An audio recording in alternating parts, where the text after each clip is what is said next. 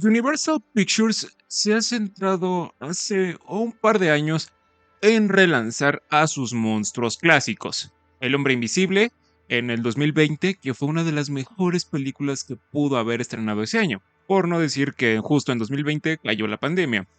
Algo muy curioso que a mí me pasó fue que después de haber visto El Hombre Invisible, unos días después nos encerraron a todos. Y espero que este año 2025 no pase lo mismo después de haber visto una película de Lake Warner. Porque en esta ocasión Universal junto con Lake Warner relanzaron al furro clásico por excelencia, al hombre lobo, a través de una reinterpretación bastante moderna y que se va un poco más hacia el lado emocional para dar un desarrollo de personaje a este lobo y que no solamente sea un monstruo, un furro y hasta ahí. En esta ocasión, el hombre lobo se va un poco más arriba. No nos quiere contar una historia de un hombre que cuando sale la luna llena se convierte en un furro y empieza a hacer caos y destrucción por donde sea. No. De hecho, aquí nos centramos un poco más en el ámbito familiar. Sí, el monstruo aparece, el monstruo tiene una perspectiva bastante interesante dentro de la historia y lo pintan como un mito bastante especial dentro de las montañas, dentro del bosque, como un hombre que no es precisamente un monstruo del todo, sino como una infección, algo que se puede pasar de una persona a otra. Y es interesante cómo lo plantean, porque al inicio de la película conocemos a Blake, nuestro protagonista, que será un hombre unos 30 años después, que junto con su padre, que es una persona bastante violenta y bastante abusiva, van de caza por estos bosques donde esta leyenda, donde este mito tiene su mayor auge. Tienen un encuentro cercano con este ser y posteriormente pasan muchos años. Es interesante cómo la película nos plantea a este hombre lobo, pero la interpretación de la historia, la interpretación de la película va más allá de solamente un simple monstruo, va más allá de solamente, mira, se convirtió en el furro por excelencia. La película se esfuerza por darle un trasfondo, por tener algo detrás y que no sea solamente una película genérica. Ya lo hicieron con El Hombre Invisible, mostrándonos el abuso de una forma invisible.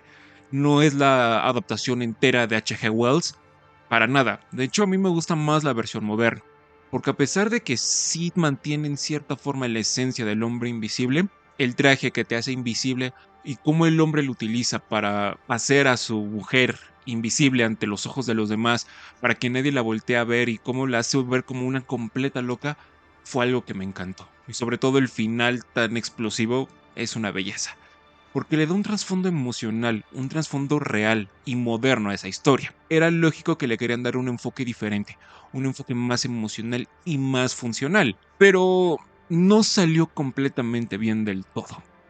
De hecho, yo podría decir sin problemas que le salió el tiro por la culata. La historia ya sigue a Blake cuando es un hombre de familia, un padre y un esposo que está perdiendo el rumbo de su hogar. Un día recibe una carta en donde su padre, el hombre violento con el que creció entre los bosques y la casa, ha sido declarado desvivido legalmente. Viendo una oportunidad de reconectar con su esposa y su hija, Blake las llevará a la cabaña donde pasó mucho tiempo de su infancia. Pero en el filo de la noche, algo los atacará y los dejará varados en medio de la nada, siendo acechados minuto a minuto. La historia pareciera algo lógico. Por desgracia, el tráiler parece ser un resumen enorme de la película, quitándonos todas las sorpresas.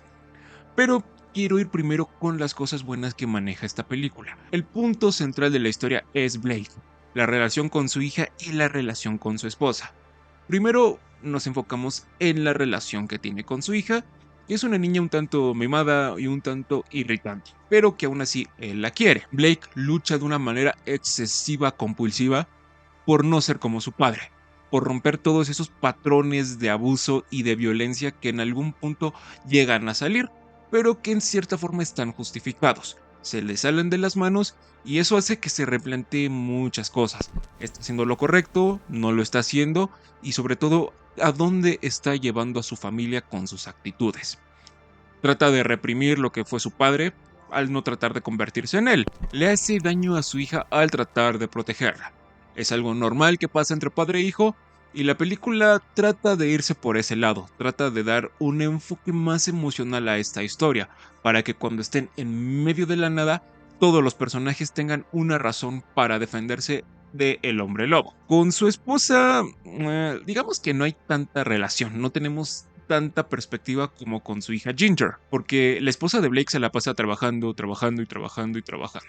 Y hasta que se les presenta la oportunidad, pues ya como quieren reconectar, ya como que tienen una cercanía. Y eso igual está bastante bien, porque ya no se entienden y una vez en el bosque, Blake tiene la oportunidad de cuidar de su esposa y de su hija, demostrando que es un buen padre, que es un buen esposo y que no es en absolutamente definitiva su padre. Lógicamente esto es una metáfora entre el hombre lobo y las maldiciones generacionales, de cómo en algún punto las infecciones te pueden atrapar cuando menos te des cuenta y paulatinamente te van a ir transfigurando hasta que seas algo completamente irreconocible. La atmósfera de la película es en exceso envolvente. Las partes de la ciudad no tanto, créanme, eso sí definitivamente no. Pero cuando iniciamos los planos de la naturaleza, de las montañas, de los insectos, es bastante envolvente. Te sientes que estás en el bosque, sientes que el hombre lobo te está acechando y es algo que la película hizo muy bien. Nos trae este sentimiento de desesperación y de angustia, de estar completamente incomunicados en la nada, en la oscuridad, sin tener nada que comer, nada con lo que defenderse, más que con su ingenio y con su astucia.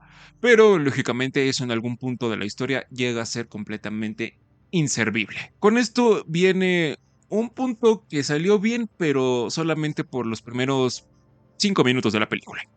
El hombre lobo. Nos lo pintan como una enfermedad, como una infección, como un mito, como muchas cosas a la par.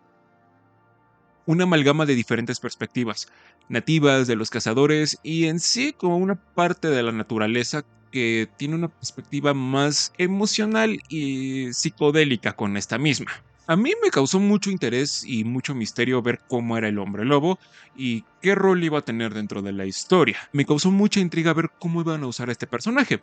Pero solamente fue hasta ahí. Los primeros 5 minutos creo que es donde realmente aprovechan mejor al hombre lobo. Porque, para desgracia de esta película, no resultó para nada bien. Es raro una película de espantos en enero, cuando deberían ser por octubre o noviembre o por esas fechas, no a principios de año que justo tenemos fresquita Navidad. El problema principal de la película es que se queda estancada en un punto.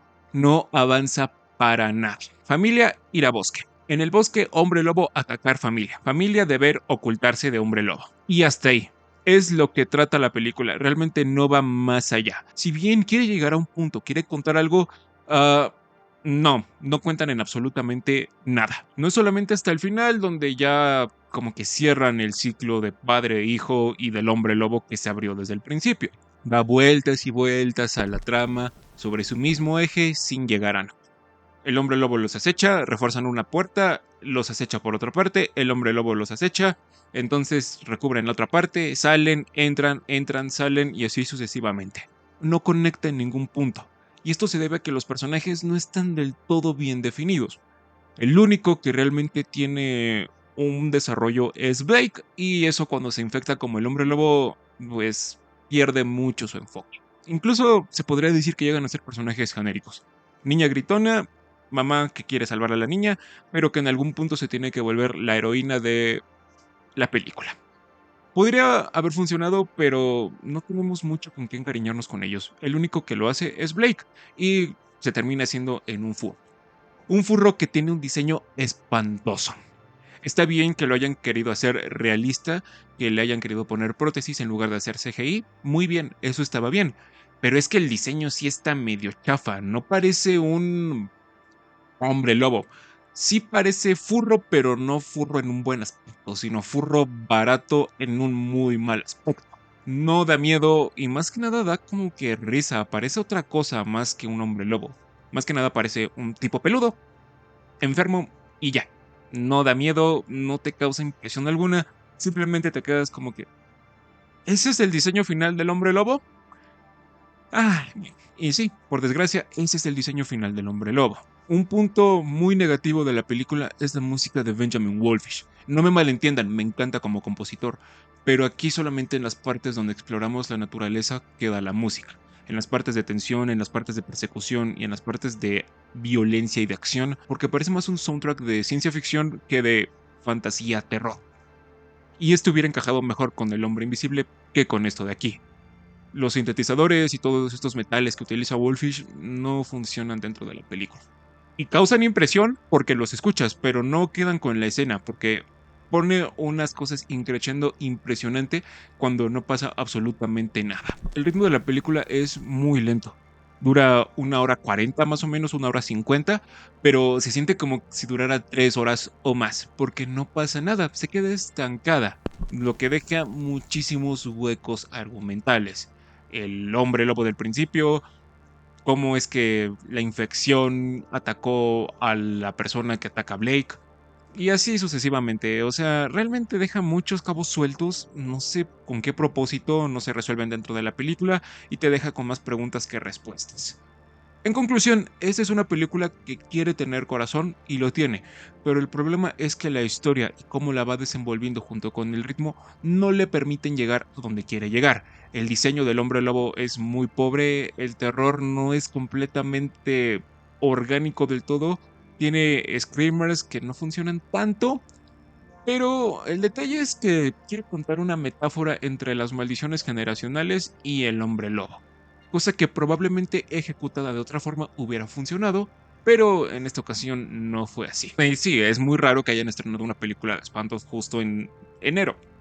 Entonces yo creo que muchos pensaban que esta película no iba a funcionar, no iba a fracasar tanto. Va más o menos ahorita bien en taquilla, pero aún así sí se quedó muy corta esta película a lo que ya había hecho Blake Warnell anteriormente con El Hombre Invisible. La reinterpretación moderna estuvo bien, pero no llegó a dar en el clavo del todo. Si ustedes ya la vieron, por favor díganme qué les pareció. Si le dan like, lo comparten o se suscriben, se los voy a agradecer muchísimo. Abajo en los comentarios les voy a dejar mi perfil de Instagram para que vayan a ver lo que subo relacionado al canal, a literatura, películas, etc. Y nos vemos en la próxima.